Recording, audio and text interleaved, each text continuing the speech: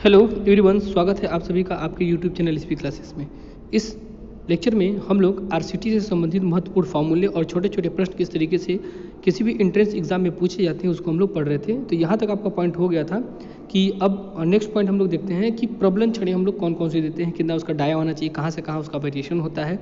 तो रेनफोर्समेंट जो है वो मेन बार जो होता है वो 12 mm से 50 mm, यानी कि मिनिमम हम क्या दे सकते हैं 12 mm से इससे कम हमें कभी भी नहीं देना चाहिए।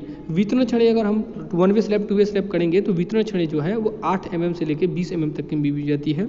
और जो स्टेरप्स हैं उनको 6 mm से लेकर 12 mm। अब स्टेरप्स क्या होते हैं कि मेन बार और उसको जब इन छड़ों को जब आपस में एक दूसरे से बांधा जाता है, इन छड़ों को जब आपस में बांधा जाएगा तो इसे हम लोग क्या कहते हैं, स्टेरप्स कहते हैं।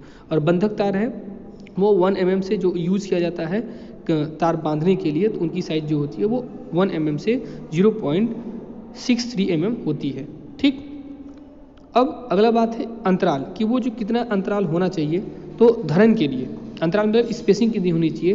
तो न्यूनतम जो धरन है, जो न्यूनतम धरन में स्पेसिंग है छड़ों में न्यूनतम जो 36 डिस्टेंस होगी वो बड़ी डैश के या फिर यहाँ पर गिट्टी की माप और 5 mm से क्या होना चाहिए, उसके जोड़ के बराबर होना चाहिए। खंड क्या है, न्यूनतम कितनी होनी चाहिए।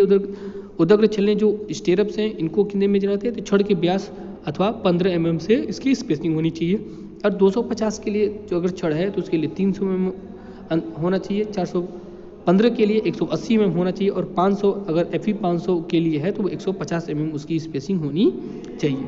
ओके, नेक्स्ट पॉइंट है स्लैब के लिए। स्लैब के लिए क्या स्पेसिंग दी जाती है, तो स्लैब के लिए जो छड़ की न्यूनतम क्षैतिज दूरी हो वो जो धरन के लिए जो दूरी दी जाती है वही हम लोग स्लैब में देते हैं। और अधिकतम क्षैतिज दूरी कितनी देते हैं, तो मेन बार के लिए 3D या 300 mm, जो भी इनके में मिनिमम होगा। ये देखिए, ये एग्जाम में डायरेक्ट क्वेश्चन पूछ लिया जाता है कि अधिकतम जो छड़ें हैं जो स्लैब में यूज की जाती हैं वो 3D मेन बार के लिए और डिस्ट्रीब्यूटेड के लिए 5D या 450 mm न्यूनतम दूरी। इन दोनों में जो न्यूनतम दूरी हो 3D और या फिर 300 में जो न्यूनतम हो या 5D या 450 में, इन दोनों में जो न्यूनतम हो उतनी हमें स्पेसिंग देनी चाहिए। और D क्या है, D आपकी प्रभावी गहराई है।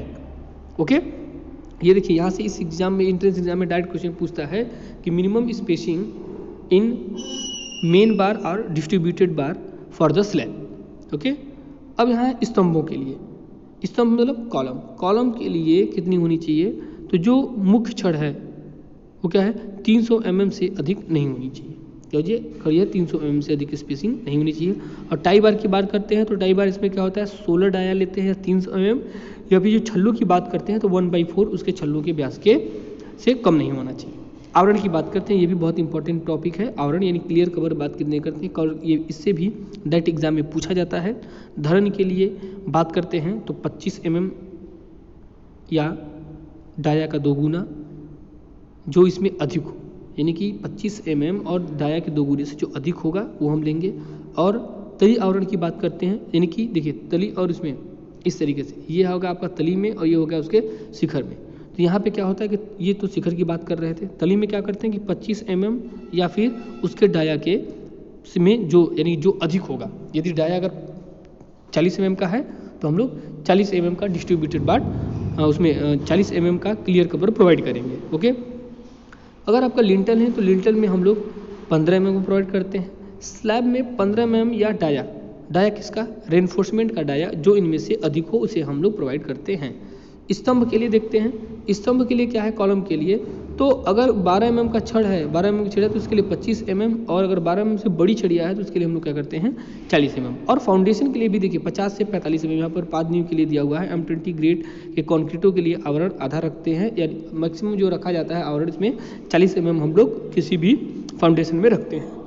ठीक, तो इन टॉपिक से आपको टोटल 1-2 नंबर का प्रश्न, जैसे आवरण की बात करते हैं यहाँ से, और यहाँ से जो एक छड़ों की बात की गई है, छड़ों की स्पेसिंग की बात की गई है कि स्पेसिंग कितनी दी जानी चाहिए, इससे एग्ज़ाम में पूछना एकदम 100% श्योर है कि नहीं, इससे एग्ज़ाम में आना ही आना है कि स्पेसिंग कितनी होती है। स्पेसिंग की बात कर लेते हैं, या फिर डाया कितना होना चाहिए, या फिर उसमें क्लियर कवर, जो क्लियर कवर है वो कितना होना चाहिए। ओके, आई होप ये सारी चीज़ें समझ में आई होंगी।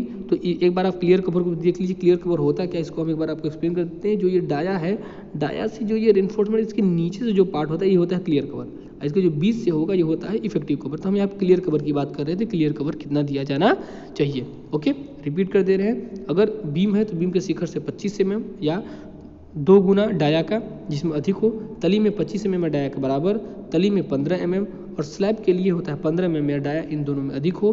और स्तंभ की बात करते हैं 12 mm की अगर छड़ है तो उसके लिए 25 mm, और 12 mm से अधिक है तो उसके लिए हम लोग 40 mm, और न्यू की बात करते हैं उसमें 50 से 75 mm का भी क्लियर कवर दिया जा सकता है।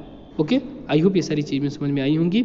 नेक्स्ट लेक्चर में बाकी नेक्स्ट चीज़ देखेंगे। इसमें 3 चीज़, डाया कितना होना चाहिए, स्पेसिंग होनी चाहिए, और क्लियर कवर कितना होना चाहिए, ये हम लोग टॉपिक देख चुके हैं। Okay, thank you.